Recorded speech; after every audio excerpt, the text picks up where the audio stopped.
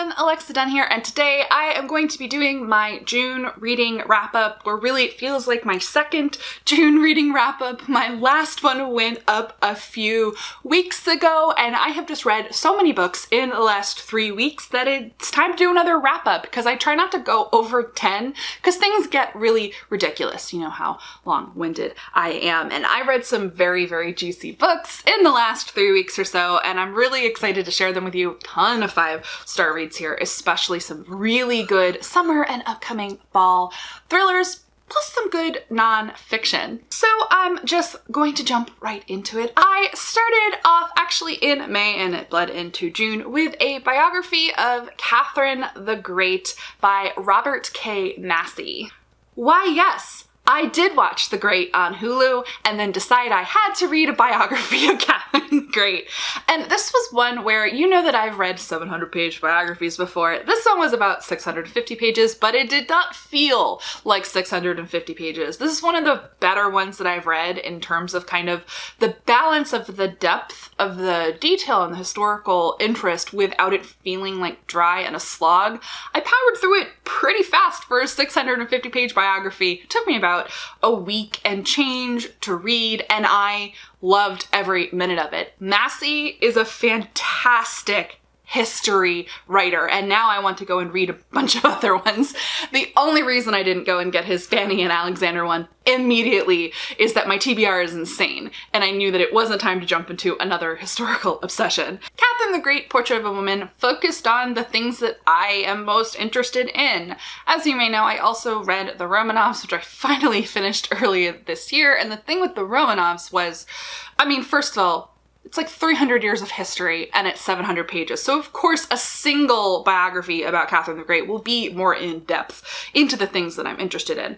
But the Romanovs biography had so much of like the politics and the players in that and the wars. And sometimes it just felt like a recounting of dry historical detail, and I felt like it didn't have kind of the social texture that I was looking for, some of the personality texture of some of the figures, and I got that in spades from this book. I got all of the texture I wanted of who was who and their personalities and some of the gossip and like scandalous things that went on, and his best impression of what Catherine was really like as a person, and I mean all the great impacts that she had.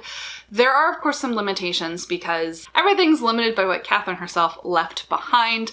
I do think that there's a little bit of awe in his portrait of her. He clearly is in awe of this figure. So I think that there are some like sharper edges that I do remember getting from the other Romanov book that I read that weren't in this one. But regardless, I definitely felt like I got a really just good reading experience finding out about an incredibly fascinating historical figure, and I highly recommend it. Fresh off the heels of this, I was like, I'm gonna read historical fantasy. I read Rebel Rose by Emma Theriault. Emma is a friend of mine, and I did read this for a blurb, and I honestly just had a very good time reading it. It became kind of a comfort read. I read it alongside the next book I'm going to talk about, which was definitely a little bit more depressing than this one.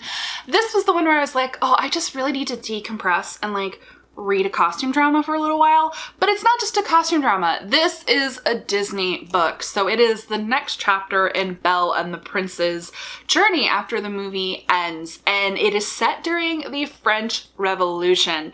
And that's the thing. If you like historical fantasy with a ton of kind of detail and research that went into this, I definitely recommend this book. I mean, because I am friends with the author, I know she did the work, but there's just so much texture that jumps off the page, and it's not afraid to get dark. That was probably my biggest surprise reading it, and why I'm like, you know, this is like a Disney IP book that's like not afraid to get dirty. It is the French Revolution, the Reign of Terror is just starting, and people die. Basically. But at the same time, it is the Belle character she is the character from the movie, but she gets like kind of a depth and a texture that you're really not allowed to have in an animated Disney movie. And it kind of explores a PTSD that the prince / beast has, and kind of Belle's own personal conflicts as being someone who was a peasant before, someone who wanted to leave and explore the world, now accepting that because she fell in love, that she's a wife and they want her to be a queen, and she's very hesitant, but also just kind of that conflicted position of now she's the rich of the rich during the French Revolution, having been a former peasant. There's a ton of intrigue in it as well. It has like just some delightful, like, I can't even call them stock villain characters, but they felt mustache twirly in like a satisfying way, except they were more layered than that. There's this one character, and as I was reading, I was just like, this bitch. That was my reaction to a character. There's some underhanded, shady things that go on, and I cared about Belle as a character, and I really hated this person with so much intensity for like being a jerk and getting in her way. So like, it's a character-driven book that still is very kind of plotty with high stakes, like people could die, but where I was like really attached to the character succeeding and foiling the plot, except it's not clear what the plot is and who's plotting against her, but you know that someone is, and there was the main kind of person, but there were a few other people there too where I was very suspicious of them. So it was like that kind of read, and it really is perfect for Disney fans who want something like a next step that's a little bit sharper edged in a way that maybe you wouldn't necessarily expect. And definitely if you're like on the librarian, teacher, parent side, give this book to an older teen who is a fan of Beauty and the Beast, but who maybe has felt some of the other Disney IP was a little too young, because it is normally young leaning, but this feels like an edgier, older IP for Disney. So next, I read both of these books at the same time while also reading Rebel Rose. So first we'll do the one that I've already done a full standalone review of, which I will link to down below. You won't be surprised if you've seen that, and that is I read How to Write a Damn Good Thriller by James N. Frey. I read this to do a live stream with Laura Wrights and Kevlandia, where, I mean, we went into it with the best of intentions. I suggested the book because people have asked me for good thriller writing resources, and I'm like, I've only written one. I cannot be the best resource for this. Surely there must be a traditionally published how-to craft book. So this is the one that we tried, and we all hated it. So you can watch my standalone review to know why, but the nutshell of it is, it felt very dated. Like, the tone was kind of off. The author I don't think he was the right authority for writing a thriller in this century. And so yeah, it just felt very dated, not particularly useful. It doesn't go in depth into any of the craft stuff. Like, even the basic craft stuff that it does cover, it doesn't have, it claims to be a step-by-step guide to how to write thrillers, but it doesn't even have anything close to like plot structure or a beat sheet, which would have been the most useful to kind of writers who are looking for that kind of guidance. So for me, it failed on almost all levels, but you can watch my standalone review for it. Although I generally don't like craft books, so I guess it was an uphill climb from the start. But in between very frustrating reading sessions of that, I read a really good book, which is Bad Blood by John Carreyrou. So this is the expose about Theranos, the blood tech company that spectacularly imploded a few years ago because of John Carreyrou. First, he did an expose in the Wall Street Journal, and that led to this book. And it is an intense ride. You might have seen the documentary on HBO called The Inventor. I actually think I talked about it in a favorites video last year. And the thing is, I actually watched it again before I read this book, and I had the same feelings watching it again as I did, or I was able to better peg the feelings I had the first time I watched it, which was I felt like there was so much missing from that documentary. And you get it from this book. The documentary only covers like a small slice of what's in this book. The book gives you all of the texture and the backstory, the full history of the company, a lot more on Elizabeth Holmes herself who is this fascinating central figure. It is infuriating, all the things that went on, and the people he profiled who were harassed and bullied, some specifically like targeted by the company to literally ruin them financially and otherwise. It is absolutely insane and one of the best instances of corporate sociopathy that I've ever seen. I mean, it's pretty intense. And honestly, it left me wanting even more. If there was more, I would take more. And I would actually love to see like a longer form documentary. The Gibney one on HBO was just like a movie length, feature length, because I think there is so much and a huge, I wouldn't call it a lack or a deficit in Bad Blood, which I gave 5 stars. It was also just really entertaining to read. I really like John Carreyrou's writing style, good journalist. But I feel like there's gotta be even more texture there, especially to Elizabeth when she was younger. They do interview a few people who reflect on what she was like, but you can tell that in terms of sourcing this book, there's only so many people that the journalist could talk to and so deep you could go. I think it'll be interesting once her trial goes forward and Sunny's trial goes forward, criminal trials, and it all shakes out, to go even deeper and like really kind of dig into the psychology a bit more. I do definitely find it interesting. Like, corporate sociopathy. That should just be a nonfiction book that someone writes so that I can read it. And this can be one of the test cases. It's just bonkers. Really, really good though. So if you like nonfiction and you are fascinated by the whole Theranos thing, you should definitely read Bad Blood by John Carreyrou. Next, I basically read a Medium article that is technically a book that I got from NetGalley. I'm including it very briefly just in case it comes across your radar. I hope that they don't charge full price for this and properly promote it as essentially a coffee table book, because that's what it is. I feel like because I got it from NetGalley, it wasn't completely clear to me what it was. So it's the Basic Laws of Human Stupidity by Carlo M. Cipolla. And apparently he's Italian and he's no longer on this planet. He wrote this in the 70s. In English originally, but it was translated into Italian and a bunch of other languages and published as like a little book in those places, and is apparently very popular, or was very popular for decades in those places, but it was never actually published in the US, even though it was originally written in English. You can definitely tell reading it that it was written in English by an Italian, I will say that. But that's the thing, I expected going into it based on the copy on NetGalley for it to be a proper nonfiction, like sociology book, because those are things I actually really, really like. I love pop culture psychology, especially like, look at that title. It feels like, oh, this is satirical. And it is technically satirical. What it actually is, he literally has come up with Basic Laws of Human Stupidity. It's like 3 of them or 4 or 5, and just goes through them with a couple of charts, and that's it. It cannot be more than 10,000 words. The introduction is 20% of the book. It feels like a Medium article. And so I just like, is it a book? It's a major publisher though. I even went back to double check. I was like, this is a big 5, right? So this could just be a disconnect with NetGalley and marketing. Like, I guess it's kind of a cute coffee table book. It was fine.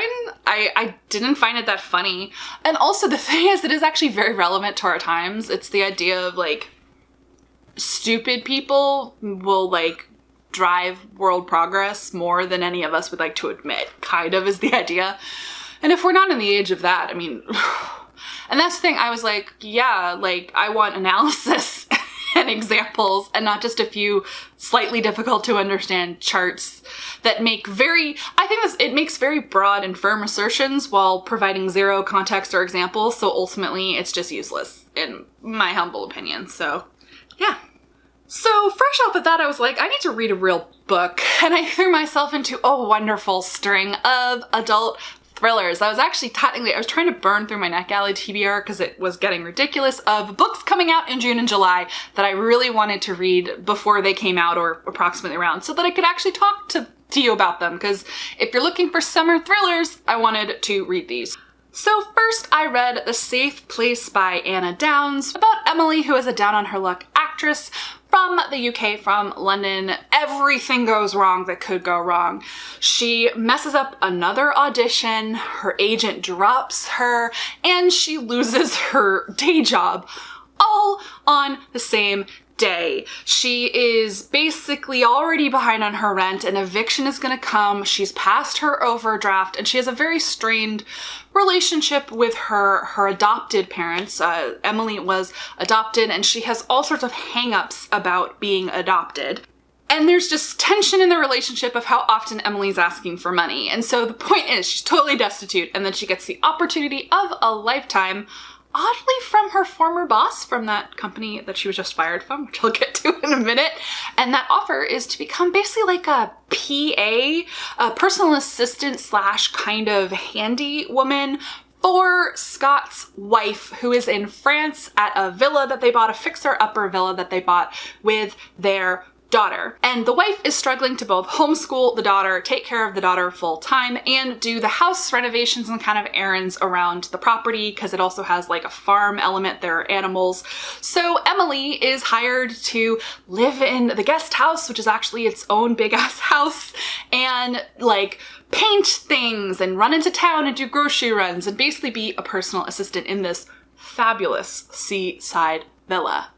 But it has like Jane Eyre, Rebecca, Gothic-y vibes, where of course you know that she arrives and it seems odd. Things are odd. Like, she's not allowed into the family house ever, and the daughter is very strange.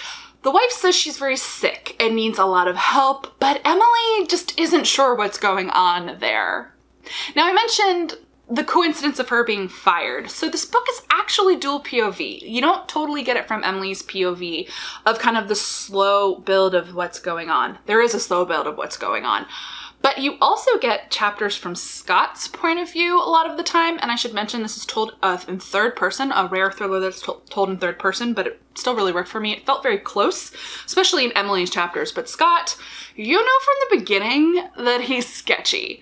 You get chapters of his in the beginning where it's very clear he has her fired from his company so that she's more desperate so that she'll take this job. Because you know from his point of view that he had someone run a background check on her, like a private investigator, check her out. And he's decided she's just perfect for this job of helping his wife. And you know that there's weird stuff with his wife. And so it kind of adds to this, like, is this man a psycho? Like, what is going on? And then you also get little kind of, they're not even full chapters. They're almost like vignettes, and they kind of build up over the book of his wife. And it's kind of the past. You know that their child has health issues, and it's kind of the past of basically when their marriage started to fall apart, that you're getting her point of view in the past, like 5 or 6 years in the past. And it's all kind of building up to like, what on earth is going on? Like most of my thrillers that I get from NetGalley, I went into this one pretty cold. I couldn't remember why I requested it. And so it definitely had kind of a slow build-up, but I used the dreaded word lush in my review, but I mean it. It felt very lush and moody. There's a creepy, moody tone. That's why I kind of mentioned Jane Eyre and Rebecca. It has that gothic-y, going to a house in the middle of nowhere, and is there something like supernatural going on? Like there's things that go bump in the night kind of thing, where you're just not sure what's happening, but you're in it for the mood and the moment. So there's the slow build, but once it kind of did all of that foundational slow build work, and it got to the big stuff that went down in the third act, it gets really, really intense. I was super hooked, and it honestly really has a pretty thought-provoking turn of events and ending. One kind of light spoilery trigger warning I do want to give, you know, that I'll always give these on thrillers that have aspects of mental health in them. This doesn't spoil the whole book, but I do think it's important to know going in. This is a pretty common trope in this kind of book. There's definitely an aspect of mental health concerns in the book with some characters. And so if those sorts of things aren't for you as a thriller reader, this one might not land. And like part of the reason for me that I did kind of have that question mark, and I put this warning in my Goodreads review as well, is that no mental health disorders are ever named. And so it does feel a little bit vague of like, what's actually kind of going on or happening and whether or not mental health is being used as a suspense tool.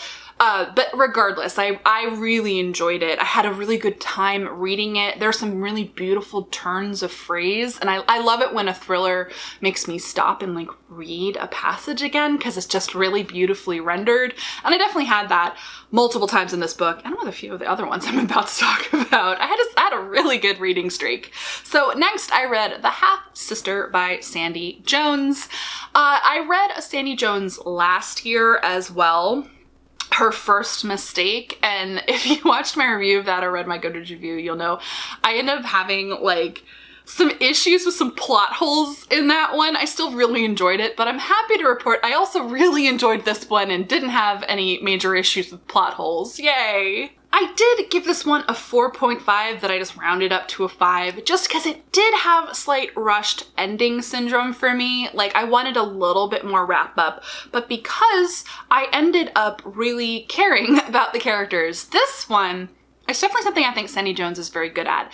It's kind of that domestic suspense subgenre of thriller where it's very much about like deep feelings and interpersonal conflicts, especially among siblings, husbands and wives, parents and children, and kind of like the little betrayals that are huge betrayals and kind of building suspense off of that, lots of family secrets. This is that kind of book.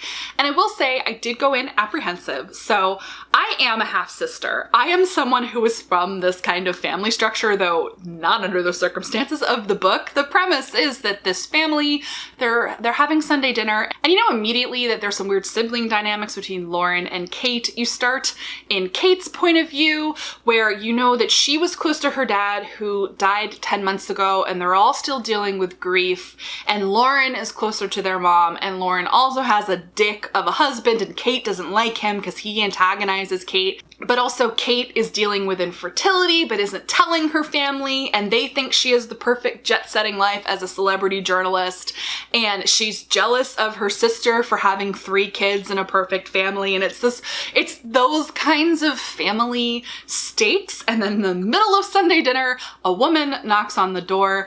She says her name is Jess. She's looking for their dad, and she won't take no for an answer, and they just say he's not here. Who are you? What do you want? And she blurts out that he is her father. So it's the secret love child trope. She is their half-sister, and there are very different reactions. You're in Kate's POV when it happens, and she is shocked and pissed, and dad would never, and you're a liar, and what do you want? And then we jump into Lauren's POV, and the rest of the book is a dual POV between Kate and Lauren, and you get kind of Lauren's perspective and side, so to speak. First of all, her marriage isn't perfect. Her husband is definitely abusive, and whoo, if you don't spend that whole book being like, leave, it's terrible.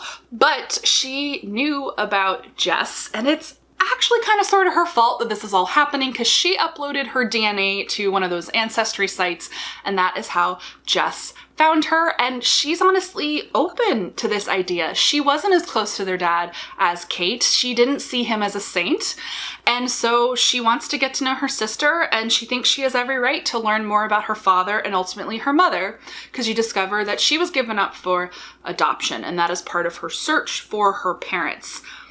And so it kind of ends up being a family drama, dark secrets thing, because it's going back in time 30 years to who was their father really? Who is their mother really? Did their mother know? What happened to Jess's mom? But also, is Jess really who she says she is? Because she starts turning up in very odd places, and Kate starts digging into her background. So as I said, I was on edge because I'm very wary as a half-sibling, as a half-sister specifically, of the estranged half-sister shows up and is a psycho murderer trope. I mean, it is not that book. I hope that doesn't spoil the book for you. It is not that kind of very tropey book. It is not psycho, half-sister is a psycho murderer book. And I was happy for that. And ultimately I really enjoyed the book because Jess is treated with humanity. Kate and Lauren have very opposing views. I was engaged in their sibling rivalry and their independent struggles with their lives. I like things that play with something that one person assumes to be true isn't true for another person, and different perceptions, especially within families. It had a lot of satisfying twists and turns. I was definitely, I guessed some things, but other things I didn't. And again, as I said, the only quibble for me is I wanted a slightly less rushed ending because I cared about these characters. I wanted a little bit more of where they landed and if they were going to be okay. But regardless, a very successful domestic suspense thriller is how I'm going to term it. So if especially the British ones are up your street, I find they're particularly good at these kinds of thrillers, then you might really enjoy The Half-Sister by Sandie Jones. Next, I read The Girl from Widow Hills by Miranda, and honestly, it is the third Creepy House in the Woods book I have read by Miranda, the second set in the South, and I would not be mad if she just wrote this kind of book over and over again because she's really good at it and it is my jam. So previously I really liked The Perfect Stranger and All the Missing Girls by Miranda. I leaned slightly more toward The Perfect Stranger because there's something about the setting and the setup that I really liked. She's very good about those settings, kind of the faded southern town and the house in the middle of nowhere and building suspense off of that. And this one, so I wasn't quite sure where it was going at first, but I sunk right into the tone. And you know off the bat that the main character, Olivia, is on the run, kind of. She's reinvented herself. You know that she is the girl from Widow Hills at the start. And what is the girl from Widow Hills? It's basically the girl in the well, but a fictional version. She got lost in a storm pipe drain system when she was a kid, when she was like 7 years old in Kentucky, and it turned into this huge national storyline of like finding her, and it blew up. They found her, obviously, and people gave donations, and you know, she's running from it though because it ultimately ruined her life. People turned on her and her mother at a certain point, and her mother was definitely a very complex figure for her. When it opens, you know that she's found out relatively recently that her mother passed away hundreds of miles away. Her mother struggled with addiction her whole life. So, you know, she basically had this extraordinary thing happen to her as a girl. It was horrible for her. And then she had this awful mother with whom she had a very conflicted relationship. And she's just trying to live her life and escape her past. She's changed her name. She's working as a hospital administrator in this little southern town. And she bought a home in the middle of nowhere in the woods. And then things happen. She sleepwalks for the first time since she was a kid. She had a sleepwalking disorder, which is how she ended up getting lost in the first place. And her neighbor from whom she bought the home that she lives in, their properties are pretty close to each other, so she's not completely alone out there, finds her in the middle of the night, and it's very creepy, and it's her worrying that like something's wrong, that it's happening again. And then it happens again, and this time she wakes up over a body. And it kicks off this series of events of who was it? Did she do something while she was sleepwalking? Is everyone going to figure out who she is? And it builds and it builds and it builds and it spirals and it spirals, and I loved it. It was really intoxicating. I went on a journey. I was on edge the whole time. I really cared about Olivia. I had moments of rage reading this book on her behalf, and that is always the best feeling. That stuck with me when I was done. Like, it finished, like, obviously, like, you know, it has as happy an ending as a thriller can have, you know, you triumph over evil or whatever. And I was like, that newspaper needs to print a retraction for what they said about her. And I'm like, this is a fictional character in a fictional newspaper and a fictional article that eventually creates conflict in the story. And there are characters who are horrible to her, and I wanted to like write them a strongly worded letter. So I clearly got very wrapped up in feelings in the best possible way. It kind of looks at things that I find really interesting, like the role of the media in things like this, and how people do turn on public pop culture figures, especially when it's like they suffer a tragedy and then it's like they're not the martyr that people want them to be. And, you know, she's a character who has a lot of PTSD, and how, like I said, it's not what people want from her. And I really, really liked it. It had some good twists, some that I like latched onto, and one that hit me out of nowhere, and I was just like, should have seen that, and I really enjoyed this. So I barreled right into another just home run for me. Seriously amazing run. I read The Wife Who Knew Too Much by Michelle Campbell. And again, if you're familiar with the channel, like a bunch of these are books where I've read previous books by the author and maybe had mixed experiences. And that is definitely the case with Michelle Campbell. Last year I read A Stranger on the Beach. And as you might know, I hate read that book. I was miserable for at least 70% of the book because I hated the two POV characters so much. I felt uncomfortable reading their points of view, but consciously I knew, and I said it in my review and I meant it, I could tell that the author was really talented and really skilled, and it was on purpose that the characters felt that way to me. And it was, and it had a really good satisfying conclusion. I think I still gave the book 4 stars. It was still a good book, but my reading experience was kind of miserable. But I'm like, I'm in the hands of a good author, and I resolved to read another one. So I read The Wife Who Knew Too Much, and immediately I was like, yes, yes, yes. We open on a letter from Nina, who is an heiress, and it's her diary entry, actually. And she's saying basically, my husband and his lover are trying to kill me. He wants my money. If I turn up dead, he did it and she did it. And you kind of end on that ominous note. And then it jumps a few weeks back in time to Tabitha's perspective. And you're like, this is the other woman. And lo and behold, she's a waitress in this town in New Hampshire. And her former flame, Connor, walks in and she's like, he's married to that heiress, Nina, now. What is he doing here? I can't go over there. Because then it jumps back again and you get kind of a couple chapters of what happened when they were 17, this love affair they had, but he was the rich kid and she was poor, and it ended really badly and he was kind of a jerk in the situation, and her life hasn't improved since then. You know, everyone she loved passed away and she married a terrible man who kind of got her into trouble, and she's struggling to make ends meet as a waitress. I mean, poor Tabitha. But then Connor walks into her life again, and against her better judgment, she does talk to him, and he sweeps her off her feet and they start an affair, and you're like, But you stay in her POV and you're still leading up to that 4th of July party where you know Nina wrote that diary entry and you know something's coming. And Connor has to go back to Nina. He swears he's going to break it off with her, but he has to be careful because they have a prenup. And if Nina finds out about Tabitha and divorces him, he gets nothing. But if Nina divorces him without cause, he gets 10 million. And baby, you gotta be patient because I'm trying to set us up. And of course, as the reader, we're seasoned thriller readers. We're like, don't trust him. Don't trust Connor. Don't do it. And then someone starts stalking her and trying to kill her. And you're like, Tabitha, your life is in danger. And then it gets more complicated. And then you switch to Nina's point of view. And I was like, this is structurally slightly unusual. It's not like we haven't had dual POV, but I liked how it played with Tabitha, present and past. Nina also reflects on Connor. You're basically getting this accounting of two very different women and this man. And it's building and it's building.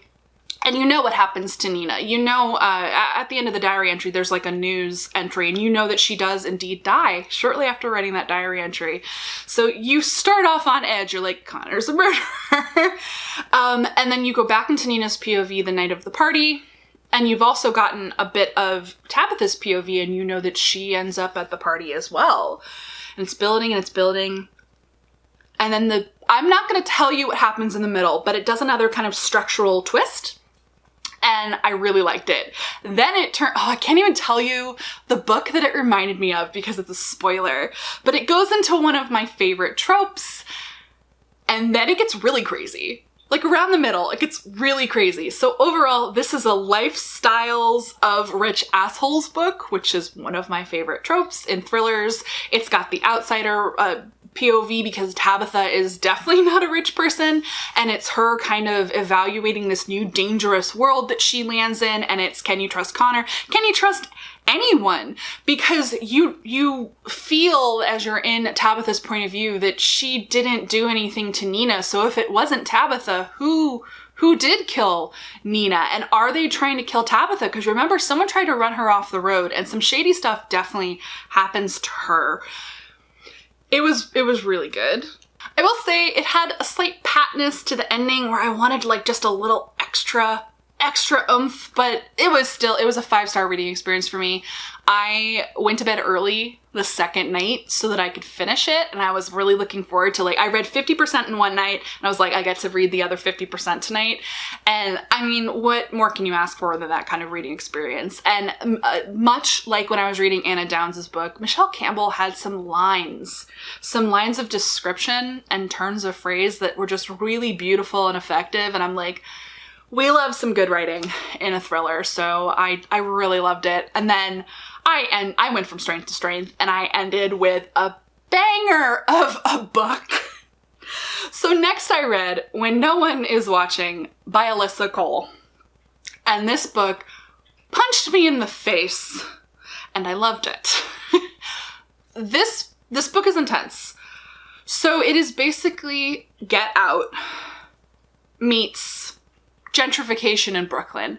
It is a social thriller. It is a gentrification thriller set in Brooklyn.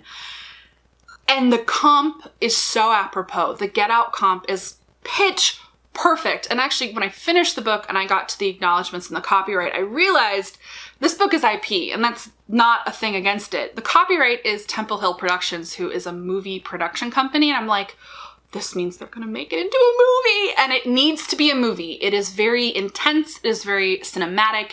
This one it's not a straight adult thriller. This is, I think it has crossover potential. Like, I think this could be very big and mainstream. It's thriller, it's social thriller, it's suspense, it's got aspect of horror in it, much like Get Out, where I was just, the whole read, I mean, intense is definitely the word I would use for it. So this book is unapologetic in its setting, its characters, and its POV. And much like Get Out, this book is about insidious racism. It is. It is about insidious racism, deeply ingrained racism, the history of our country that we don't talk about. I mean, it's about gentrification in Brooklyn, and it's got two POVs. It's dual POV, and our primary character, so we open with her, so she feels very primary. She's our insider character. I love it when books do this kind of structure with dual. So our insider character is Sydney, who has grown up in Gifford Park, which is a traditionally Black neighborhood in Brooklyn, and it is facing rapid and aggressive gentrification. A big tech company, a pharmacy company, wants to open a new global headquarters in their neighborhood, and in anticipation of that, real estate companies have been buying up houses. They've been offering really aggressive deals to the Black residents to get them to sell. A few of them have, and so they have a couple of new neighbors who are wealthy and white. And there's this device I really enjoyed, because I know that there are real websites for this, but it's called Our Hood in the book, where it's like a neighborhood forum, and you get like little like parts of threads of the neighbors talking, and it's kind of that, it's a really great way to see the difference between the new residents who have paid millions of dollars for their properties against the historic residents, primarily Black, who have lived there for generations, and they're not rolling in wealth, and the difference in priorities, and like, so it plays off of that. This is a social thriller. So you have this layering of Sydney is trying to navigate all of her own really heavy personal things. Her mom is really sick. Bills are piling up, medical bills. You know she's in debt, and she wants to stay in her neighborhood. She doesn't want to be forced out of her neighborhood to sell her house because she's losing her mom. She can't lose her home too. So that Sydney,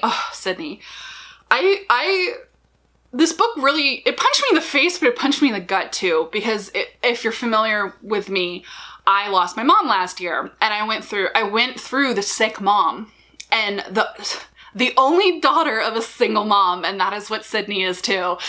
So I started reading the book, and I actually had a moment where I was afraid I wouldn't be able to read the book, because I want to cry now, and the book did make me want to cry, but that's the thing. I felt Sydney's anxiety so acutely. There were moments in the book where she was worried about bills, and I literally had panic moments of like, wait, did I take care of that thing? Because, you know, it's that responsibility thrust on your shoulder as the only child. and your parent is dying, and there's all this stuff going on, and then the added stress of like, this is her home and she can't lose her home. Like her mother would be so ashamed of her if she lost the neighborhood. And so Sydney puts all this pressure on herself, and she's actually organizing a neighborhood tour because they do those in Brooklyn, but she wants it to be historically accurate. At the beginning of the book, she goes on a tour, which is where she meets Theo, who we're going to talk about in a second, the other POV character.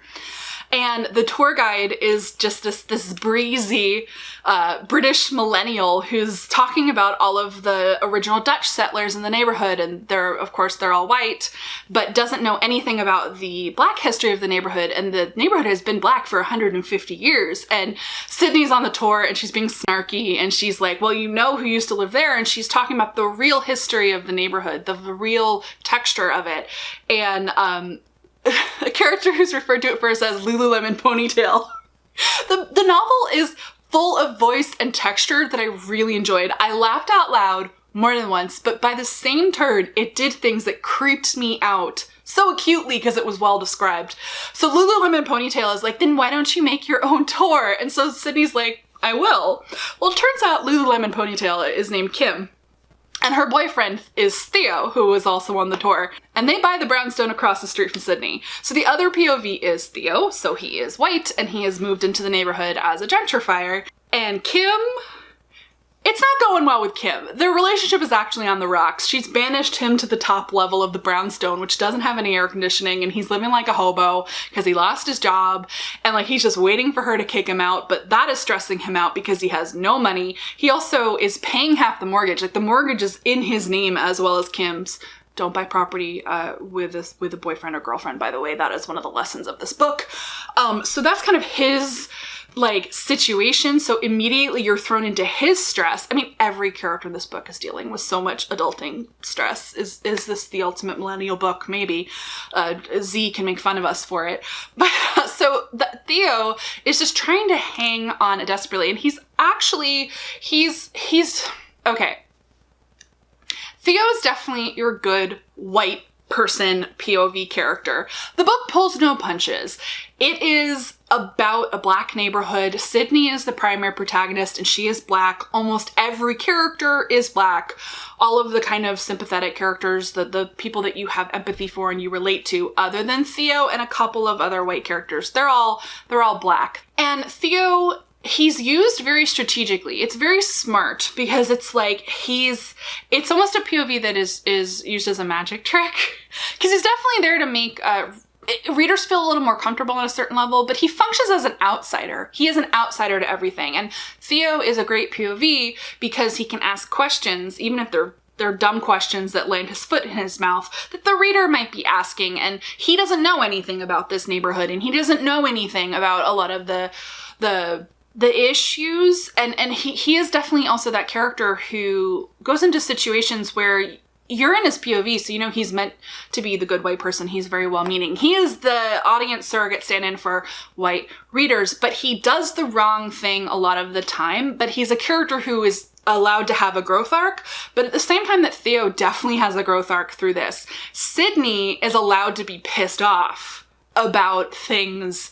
Not that Theo does, but like they have very difficult conversations. So, I mean, it's a social thriller about racism. And so it's on the page. It's very, it is a tornado of a book. And I loved every minute of it. It challenged me. It made me uncomfortable. It made me think. It kept me in suspense. It kept me guessing. It grossed me out in a couple of instances. I felt viscerally for both of, not just the POV characters. Gosh, there's a thing that happens to like a side character, to like a neighbor, and I was so tense. I was so stressed. I was like, but something happened! You have to take care of them! Oh no, not that character! And like, Alyssa Cole characterizes the neighborhood and all of the kind of, there's a lot of characters, but she gives you these sticky details for them. I don't know, I cared about the neighborhood. The neighborhood is a character, and I believed in the real danger that these characters were in, especially Sydney. Like, little things happen to her. They're terrifying. Something as that seems as basic to us as a bad Uber ride. There's a bad Uber ride in this, and actually women will relate to this. And the terror that comes from those little moments. A man knocking on the door where you're not sure if they're who they say they are. You know, is he really here to read the meter? There's just that building of tension from those sorts of little moments. And then the third act is insane. The third act is flat out insane. And it's not so much about like the shocks of the whodunit. It's actually very subtly but brilliantly, like it is a slow creeping build as a suspense novel, but it's just much like the film Get Out. It's the dizzying heights to which the third act descends. I was gasping. I almost cheered out loud for things like, cause you get those character vindication moments, and the book has a lot of them for both Theriault and for Sandie.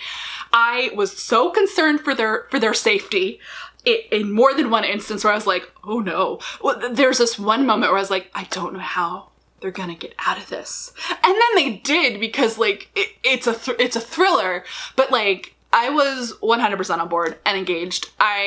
I think this is an amazing book. I think everyone should read it. I think it's going to cross over from it's not just a thriller. This is a novel with a capital N. I think it's going to entertain a lot of people. I really hope it's going to be a movie.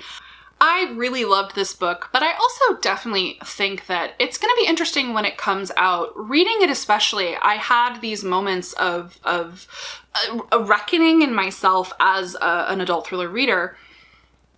It's so rare to read an adult thriller that isn't by a white writer. And I don't say that to draw lines in the sand, but to point out what is incredibly obvious when you go looking through the biggest books, the bestsellers, the books that you're reading. They're very anchored, not just in a white perspective. It's very middle class and upper middle class. And it's just so we get the same flavor and texture of story over and over again. So I think this one is honestly just gonna smack people in the face, because it is a social thriller that deals with, it's the complex intersection of race and class. It's primarily about race, but there's a lot of class stuff in this, and I love a book that tackles class. And so this book just hit the spot for me. But I think it's going to challenge a lot of further readers, and it's going to be really, really interesting to kind of see how it lands when it comes out. But like, sign me up for the movie. I will be there on opening night. So that is it for my rest of June reading wrap up. I had a really good month, other than a couple of low blips, but I read a lot of 5-star thrillers and amazing nonfiction. So I'm really, really happy.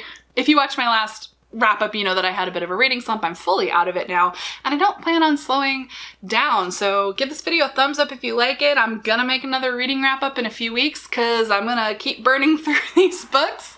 And if you're not already subscribed to the channel, go ahead and do that. I post new videos 2 to 3 times a week, and bookish content 2 to 3 times a month. As always, guys, thank you so much for watching, and happy reading.